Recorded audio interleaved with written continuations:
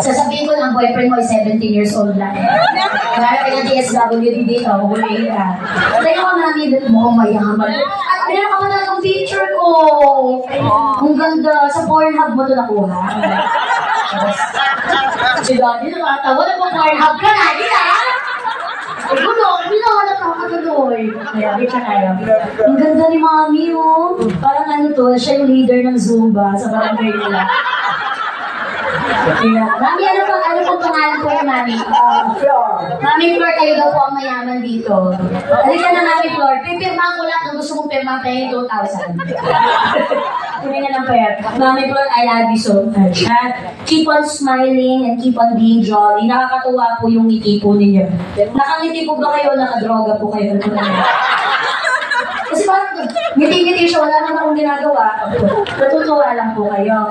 Oo. Nakita niyo po, first time niyo po ako nakita in person. Oo. Super ganda. Sino, pag nakabangsi, Maris Racal, di ba? Yes! O, kaliwa, Maris Racal. Kabila. Ito, kabila. Isipin niyo dali. Liza Soberano. Tawa si Mami. Harap. Harap. Sino ka ba? Chapusin. Mas maganda ako kay Chapusit. Sabagay. Pero idol ko yun. Mga idol kong komedyante medyo alam mo. Parang 30 years old ito. Galagalawa, Mami. Oo, nakabulahin. 2,000 na lang. Nakabulahin. Hindi nakakapagpakain ng pamilya yung pambobola. At isa 2,000, makakabili ng bigas. Charing na po. Mayaman ka. Mayaman po talaga ako sa pag-ibig. Oo. Pero yung kwintas mong isa, isabit mo na sa akin. Bakit ang dami mo magkwintas? Ano ka ba, wala kang tiwala sa bahay? Dinadala mo lang.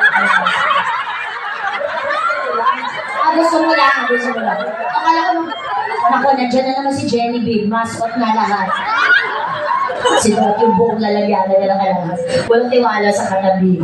So, gusto mo lang. Ang ganda mo kasi, Mami, kaya ako natanong. Parang bago ka lumabas ng bahay, pinag-iisipan mo mabuti yung itsura mo. Ano pong peg nyo ngayong araw na to? 74 na ako. We, 74 ka na? Parang 73 ka lang, tapos birthday mo balas. Ganun din. Parehas lang. Pero hindi alata. Yung ibang 74, di ba parang hirap na hirap na? Si Mami parang kaya pong mag-adonis eh, bumamaya. Napunta ka doon, Mami, na mag-wagaraw. Mga lalaki, yung nananampari. Kasi iwasan. Meron ganun sa Davao. Sama niyo ako, dahil kung makatawa, nagpupunta doon. Sino favorite mo doon? Si Justin.